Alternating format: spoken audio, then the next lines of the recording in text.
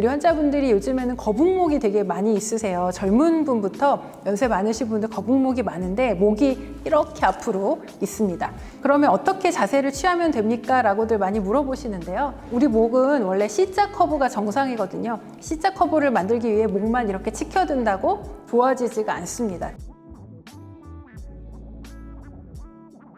통증은 크게 두 가지로 생각을 해볼 수가 있겠고요. 첫 번째는 건강한 통증입니다. 건강한 통증이라고 하는 건 정상적으로 느껴야 되는 통증을 건강한 통증이라고 하는 거고요. 이거는 우리의 일상생활에서 굉장히 중요합니다.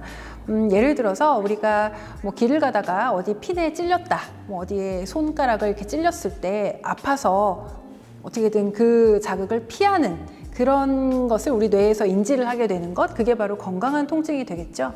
근데 이런 통증이 없어져야 되는 시기가 왔는데도 계속된다? 이거는 결국 병적 통증이 되는 거죠. 뭐 이런 병적 통증의 대표적인 예로는 다쳤는데 그 상처가 아물었는데도 계속 아프다든지, 대상포진 환자들 같은 경우에 수포가 다 없어졌는데도 계속 아프다든지, 수술을 받은 부위가 어느 정도 시간이 지나서 이제 아물어서 통증 자체도 호전이 돼야 되는데 계속적으로 이상 감각이 느껴지면서 아프다든지, 이런 종류의 병적 통증들은 얼른 치료를 시작을 하셔야 되겠죠. 통증과 우리 정신건강 굉장히 밀접한 관계가 있습니다. 왜냐하면 우리가 뇌에서 통증을 느끼는 부분과 그리고 기분을 이렇게 조절하는 부분이 굉장히 밀접하게 붙어 있어요. 그렇기 때문에 어떤 한 부분이 문제가 생겼을 때 주변에 영향을 미치면서 결국 통증, 그리고 뭐 기분 장애, 서로 굉장히 밀접한 관계가 있고, 또 통증과 기분뿐만이 아니라 통증과 불안도 굉장히 큰 연관이 있습니다.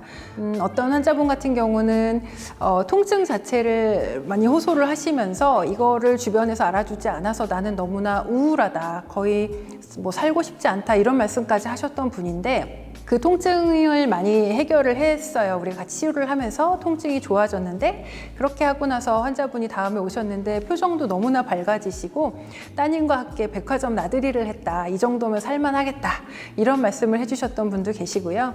그리고 다른 한 분은 젊은 여자분이었는데 열심히 통증 치료를 해드렸습니다. 전신이 다 아프다고 하시는 분이었고요. 치료를 열심히 했지만 통증 자체가 많이 좋아지지는 않았어요. 마약성 진통제까지도 처방을 했던 그런 분이 되겠는데, 어느 날 오셨는데 통증을 체크하는 점수가 굉장히 낮아졌더라고요. 그래서 어떻게 이렇게 좋아지셨을까 여쭤봤더니 강아지를 입양해서 키우기 시작했다, 이런 말씀을 하시더라고요. 그러면서 강아지한테 나의 신경을 쏟고, 그리고 강아지와 함께 운동도 하고 산책도 하고 이러면서 통증 자체가 너무나 좋아졌다.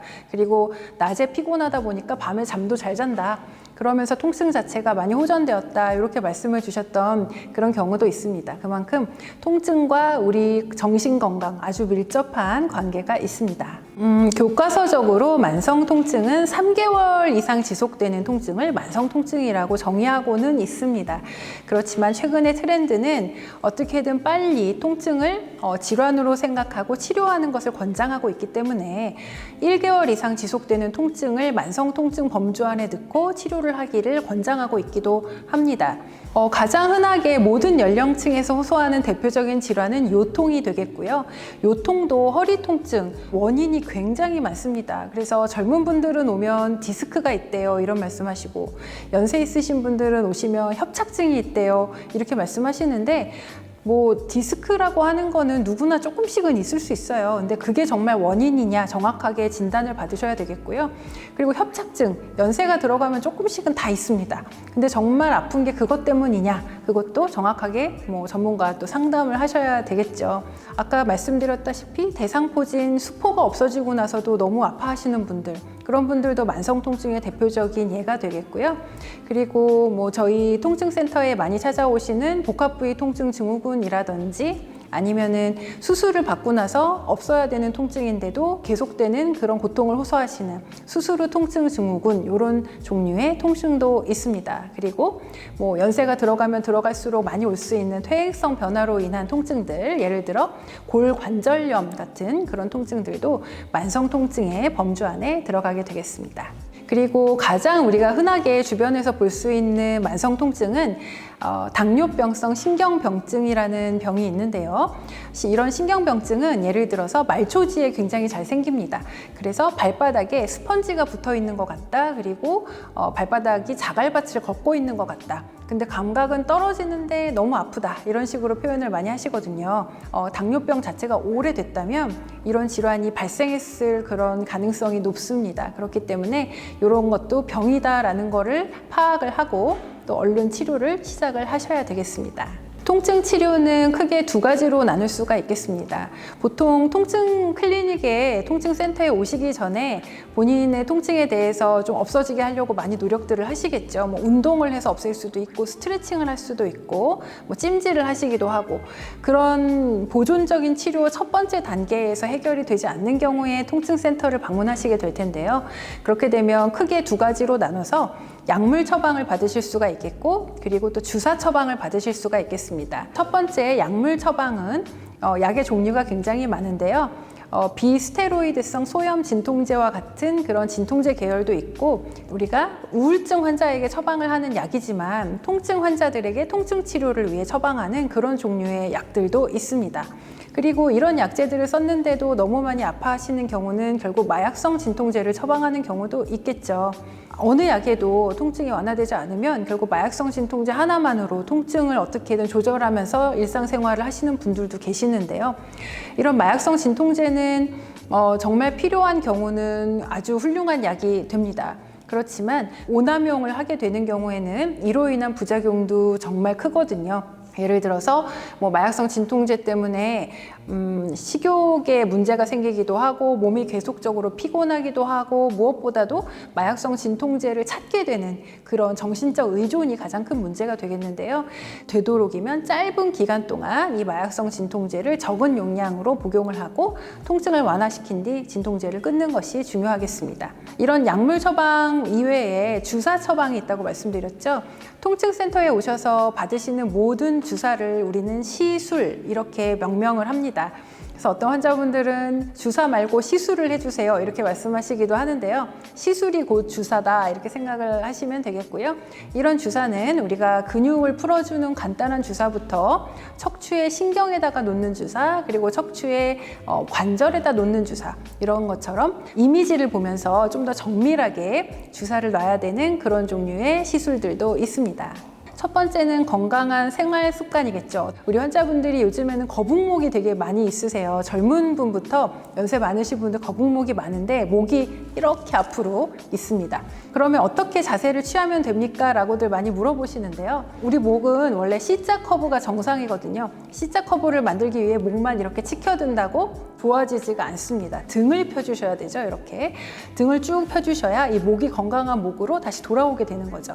또 가장 중요한 것 중에 하나는 수면입니다. 수면 위생이다 이런 식으로 표현을 하는데, 잠을 잘 못 주무시는 분들은 잠을 잘 주무시는 분들에 비해서 통증이 잘 좋아지지 않습니다. 좋아지지 않고 힘들게 통증 치료를 하시게 되는데, 그런 분들을 위해서는 아예 통증 치료 약과 더불어서 밤에 살짝 재우는 종류의 약을 일부러 드리기도 합니다. 체중 조절도 굉장히 통증과 밀접한 연관이 있는데요.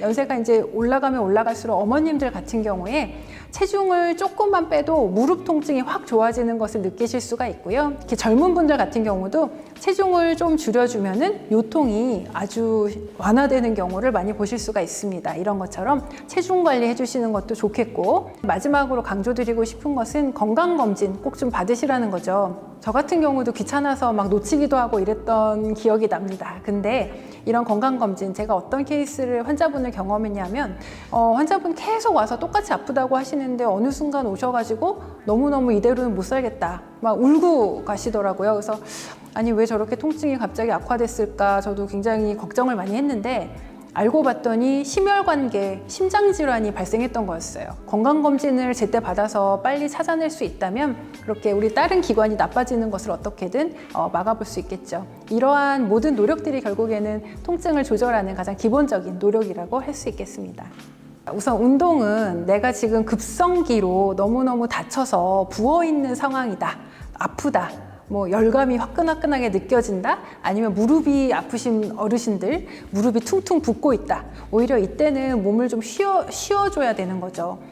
근데 예를 들어서 나의 통증이 어느 정도 예측이 가능한 통증이다, 그리고 만성 통증으로 고착화되었다, 이렇게 쭉 유지되는 통증이다, 이렇다고 한다면 이거를 그냥 넋놓고 아무것도 안 하고 있는 것보다는 당연히 운동을 통해서 기능을 회복해주고, 이가 없으면 잇몸으로 씹는다라는 말이 있잖아요. 그것처럼 허리가 아무리 안 좋아도 주변에 근육이 튼튼한 분들은 또 아주 일상생활을 훌륭하게 잘 하십니다. 나의 몸이 지금쯤은 나아야 되는데 이상하네, 아직도 아프다, 이때는 가셔야 되는 게 맞겠고, 그 다음에 의사들이 생각하는 레드 플래그, 뭐 빨간 깃발 사인들, 이런 것들이 있는데요.